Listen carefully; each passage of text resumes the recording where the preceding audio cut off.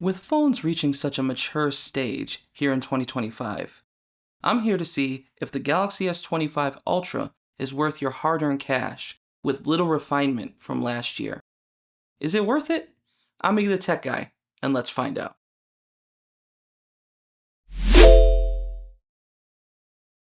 To start off, let's talk about pricing with the Galaxy S25 Ultra. While with an MSRP of $1,300, this device is about the same price that the S24 Ultra launched last year, with a base storage of 256 gigs, but 12 gigs of RAM as well. So you're looking at that, it's not a crazy price considering how much foldables actually cost in the market, with lesser cameras, with a bunch of lesser features built in to save space.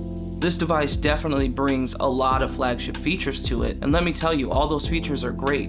But for the pricing, I feel like the Galaxy S24 Ultra might be a better buy at this point, just because of how inexpensive it is comparatively speaking to the Galaxy S25 Ultra. But I'm going to touch on some key points to see how well the Galaxy S25 Ultra actually stacks up against last year's flagships and current year flagships. First, we're going to touch on build quality. And the build quality of the Galaxy S25 Ultra is nothing to scoff at, let me tell you. It is a gorgeous device with titanium rails and a glass back and front, and this is a brilliantly built device. Let's not mistake it. It is so nice to hold in the hand. It's lighter than it felt last year with the Galaxy S24 Ultra, which does make it feel a little less premium and solid overall in the hand, just because I feel like if you have something weighty, it's easier to hold on to and not drop. So for the Galaxy S25 Ultra, you are losing a little bit of that weight, which, you know, for a lot of people may actually be helpful for long-term use of the device in your hand, especially with how large it actually is. And it's a little sharp on the edges thanks to them making it a little bit more boxy around the whole frame. And then they just kind of cut the corners so it's not super stabby into your hand. In terms of when you're grabbing it and holding it, it's not stabbing into your palm as much. For that purpose, I think it's actually very, very well built, and I think it's a greater refined build quality. And if there was anything you were gonna pick this device up for, it would be build quality, because it's super beautiful. I mean, like, definitely it has a sheen to it with this titanium color that I have here. My girlfriend actually has the titanium jet black model that she ordered online for the pre-order, and it is stunning as well, definitely in comparison to the titanium one that I have here for me to review. But overall, I think the build quality of the Galaxy S25 Ultra is beautiful, and nobody's gonna be upset that they purchased this phone for the build quality purposes, and I wouldn't be upset if you decided that your money was worth that in general, just to have in your hand and feel. And it does feel premium. It definitely can compete with the iPhone or even any other flagship out there for that matter. They did put black rails around the cameras, and people are talking about how you can just pop it off with a knife because it's glued on and all that stuff. And while it does hold dust pretty easily in those rings, and you have to like blow it out, and the back is fingerprinty, so there's definitely issues with smudges on the back and constantly having to clean this device. In terms of the back and the cameras and all that stuff, it does get a little bit grimy easily. So if you have a case that covers all of that, it's gonna be beneficial to you so that it can capture most of that dust and grime. But for the most part, the build quality as a whole is amazing, and I don't think anybody's gonna be upset that they purchased it for build quality purposes. And even if you turn it around and you look at that beautiful display, it has even thinner bezels than last year. Like I said, they rounded it out and put a smaller footprint overall in this device with a larger display at 6.9 inches. It's beautiful. It has an anti-reflective coating like the last year's model, and that is definitely low-key one of the greatest features on any smartphone, and I'm surprised we have not brought it to any other smartphones on the market. It is so worth it that it actually, when you go to a device that doesn't have it anymore, you feel a little bit spoiled with the Galaxy series. It is upsetting that other phones aren't adopting this. Maybe Samsung holds a patent that I'm not aware of, but they definitely held their own with this display. And even though people are having this 8-bit, 10-bit debacle about color reproduction and how some wallpapers may look a little bit less smooth overall in their color transitioning and stuff like that with gradients, it's still one of the greatest displays on the market, hands down. And I mean, it's not hard to tell. I mean, look at that beautiful display.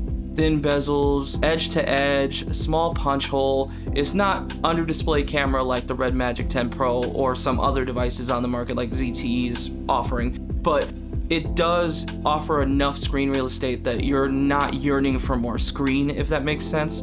And for me, it's definitely an issue in terms of like how I used to be with my OnePlus 7T Pro McLaren having an all-screen display versus this having a punch hole again and all my phones after it anyway. I do miss having that kind of experience in terms of display where it's all screen and you're just enjoying your content edge to edge truly. But if we are nitpicking that, sure, the punch hole isn't great, but you tend to not notice it after a while when you're watching content. For the most part, a lot of people are shooting in 16:9 still, and even if they're not, it goes up to the punch hole and doesn't cover unless you zoom in on videos and stuff like that. For the most part, that display is just beautiful, it's amazing, it is everything you would want and more in terms of the display to watch videos, any content, anything you're doing on this device. You're constantly looking at this display and you're not gonna hate that. That's why this build quality overall as a whole, from the titanium rails to the glass backing, to the camera rings, to the display, and all of its components as a whole,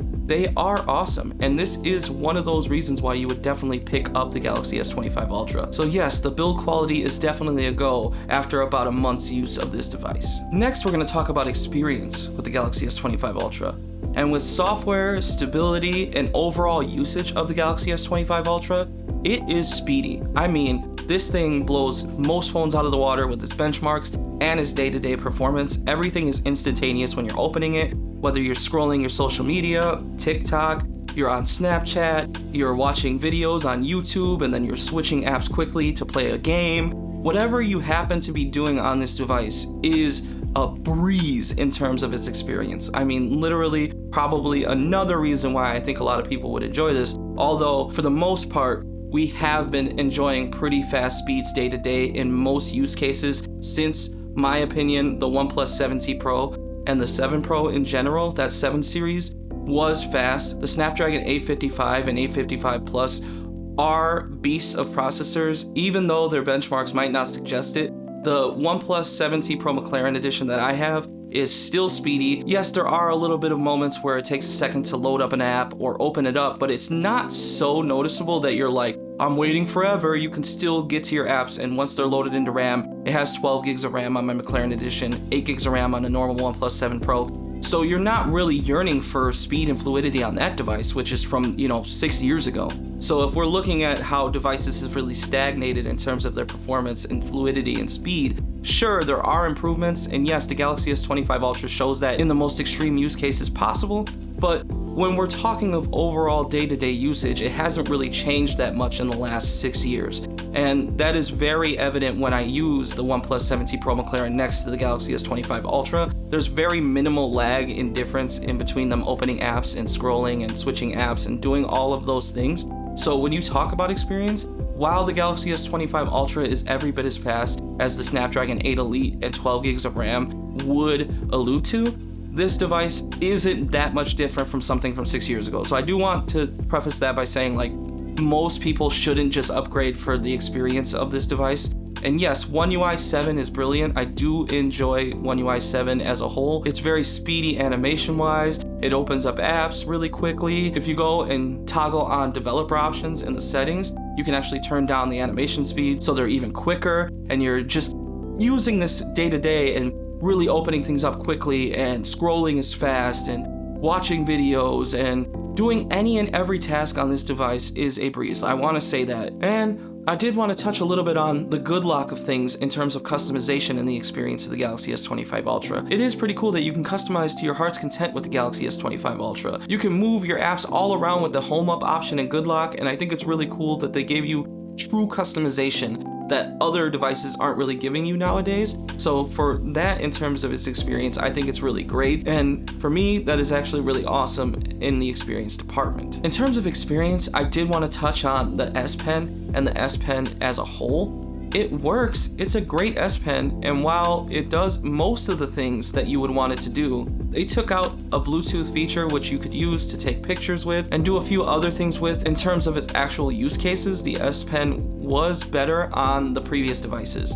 And that's been running since the Galaxy Note 9, I believe. For me, it's like, why would you take away a feature that you were running for so long and a lot of people actually loved, and we're talking about like 160,000+ people enjoyed, that you're just taking away for what reason? This is the Ultra phone. This phone should pack everything and anything in it for the price that you're paying for it. It is a premium tier device, and it doesn't feel as ultra as it used to be, especially in the S Pen department. So when we're talking about experience, it's great in terms of its fluidity, its speed, and that's just its processor. The Snapdragon 8 Elite and the 12 gigs of RAM do hold up, and I do think that as a whole, the experience is fine. It's just that when they took that away in the S Pen, I think it's a huge deal, and I really don't understand why they would have done that, because the S Pen is definitely a great feature from the Galaxy Ultra series and the Note series of yesteryear.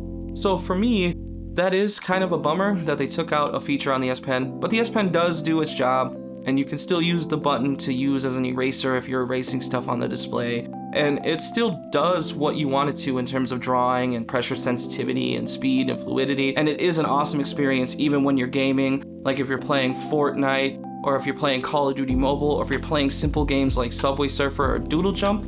This device can handle any and everything that you throw at it. And there are even people on the internet who are emulating GTA 5 directly on this device.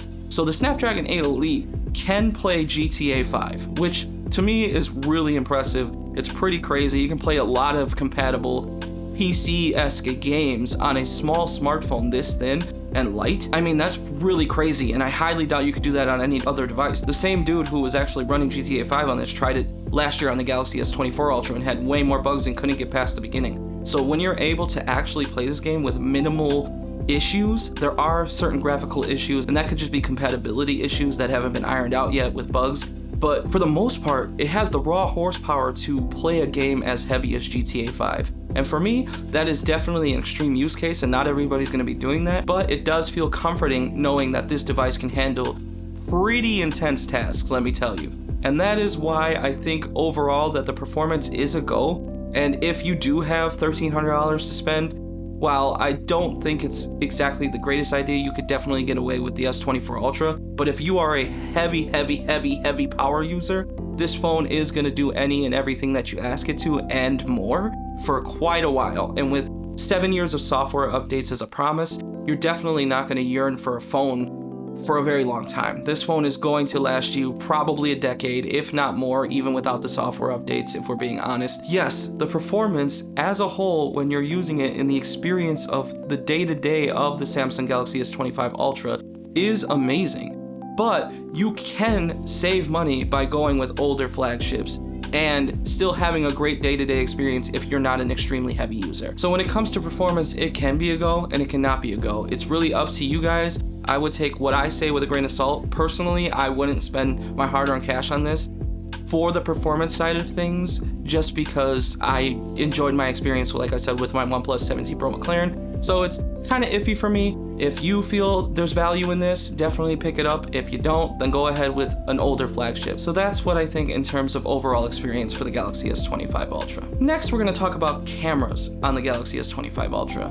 And if there's a spot on this that isn't really that worth it, I would say the S25 Ultra's cameras, while they're great, their dynamic range is awesome, and it's a Samsung camera suite. You get 2 telephoto options, you get a nicer ultra wide at 50 megapixels versus 12 megapixels from the previous generation, and they did upgrade there at least, but the rest of it is the same exact software experience, and they have updated color tones and reproduction and all that stuff. While that does seem to be really nice in certain use cases for people's skin tones and stuff like that, the overall arcing experience of the camera, if you look at it, it's great, but I feel like the colors aren't as punchy as they used to be. Samsung used to generate more jaw-dropping photos, in my opinion, in previous years. So this is one of those areas where sure, it's serviceable. It does take amazing photos, to be honest. Of course it does, it's a Samsung. But it hasn't wooed me like the previous generations have. And for me, that is kind of where it's an iffy experience in terms of what you're taking day to day. There are so many better options out there for less money in terms of camera and overall camera suite.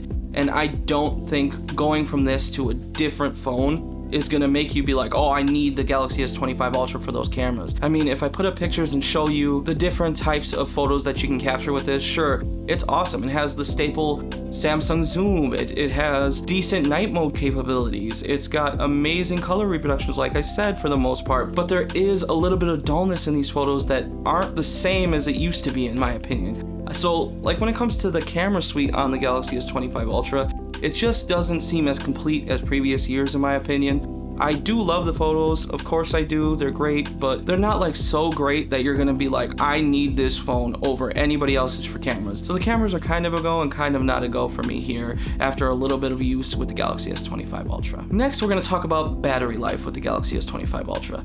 And yeah, the battery life is fine. The problem I have is that new devices are going to the new silicon carbide batteries, which makes them more dense, longer lasting, and larger milliamp hours in a thinner package. So while they did make this device more refined in the size, they did not change the battery chemistry. It is the same as the old devices, and you're getting 5,000 milliamp hours here again, which they have not changed the battery size in 5 years. And for me, that is crazy. 5 years, 5,000 milliamp hours. Sure, it lasts all right, and it does last you all day for the most part, but there are other phones that are lasting longer than this device and have larger milliamp hour batteries for less money. So the bang for the buck on the Galaxy S25 Ultra battery wise definitely doesn't hold up the same. And that is kind of one of those things where, like, sure, you may not think about it until you're actually using the device, that you want the most out of your battery life on a phone, because if it dies quickly or if it just isn't the great powerhouse that you want it to be for the money that you spent on it, it's a little disappointing. And they've kept the same 45 watt fast charging, which I'll admit isn't super slow, but when you come from like a OnePlus series device or any other device that has ultra fast charging, you're spoiled in that department, and that does matter too. Like if you forget to charge and you pop this on, this is going to take quite a bit longer to charge back up to a day's worth of use than a OnePlus 12 or OnePlus 13 would. That is why a lot of people tend to be using the OnePlus 13 over the Galaxy S25 Ultra, is in the battery department. And in my opinion, yeah, that is a problem. It is definitely one of those things where, like, sure, it lasts all day, but I think I actually got a little bit better at battery life on the Galaxy S24 Ultra. And for me, that's kind of a deal breaker in terms of using this phone as a full-time device, is that while the battery life is good, it's solid, it's just not where it should be. And I think that's my biggest gripe, is the battery life, is that sure, it lasts you all day, it's a powerhouse and a half, but like, you're not really doing anything to up the game and make it a better experience overall in the battery department, and you haven't done that for like 5 years. The Galaxy S20 Ultra lasted a long time, and the Galaxy S24 Ultra has a great battery life. So when you look at the pricing on all those other devices, it's like, why would I spend $1,300 on a device that lasts just about the same? And that's a huge important part of the phone to me. In terms of battery life, I think it's fine, but it's not really the major goal that I would like it to be. So overall, battery's okay, it's kind of mid, and after my long-term use of the battery on the Galaxy S25 Ultra, it's a semi-go. So all in all, the Galaxy S25 Ultra is a solid device. And if you can get it on a good deal, I think it's worth the money if you're able to get it for around the same price as the S24 Ultra. If you're paying full price for this device, I don't see it as worth it as other devices can be. Because with what it's offering and what it's taking away, I feel like it's less ultra than it ever has been. And for me, that's a bit of a bummer. It is a fun device, it feels great in the hand, and like I said, for the build quality purposes, I think that's the best part about it. But when you get past that and you're using it day to day, it's not so much different than the Galaxy S24 Ultra or even the Galaxy S23 Ultra, in my opinion, that you would warrant paying the full price for this device. If you can get it on a deal, sure, it's an awesome device, and you could definitely pick it up with a good deal if you're trading in a device or whatever you're doing. If they're still running those deals on the Samsung website, sure, trade in your device, get some Samsung credit, get yourself a case, get yourself an extra charger, do whatever you need to. And it's awesome for that price because it's a new phone, and if you need to upgrade from an older device like an S21 or an S20, it could be worth it to you if you're not using the micro SD card from the S20 Ultra. But you do need something more modern for yourself. The S25 Ultra is definitely a solid pickup in that regard, but not for full price. So in terms of that, if you guys disagree with me, go ahead and put it in the comments, or if there's something that you agree with or you want to talk to me about, go ahead and leave it in the comments. I love talking with the community, and just let me know. So that's the end of the video, guys. If you liked the video, go ahead and hit the like button. If you disliked the video, hit the dislike button. If you really liked the video, go ahead and hit the subscribe button and the notification bell to get more content from me. And as always, I'm Miggy the Tech Guy, and I'm out. Peace.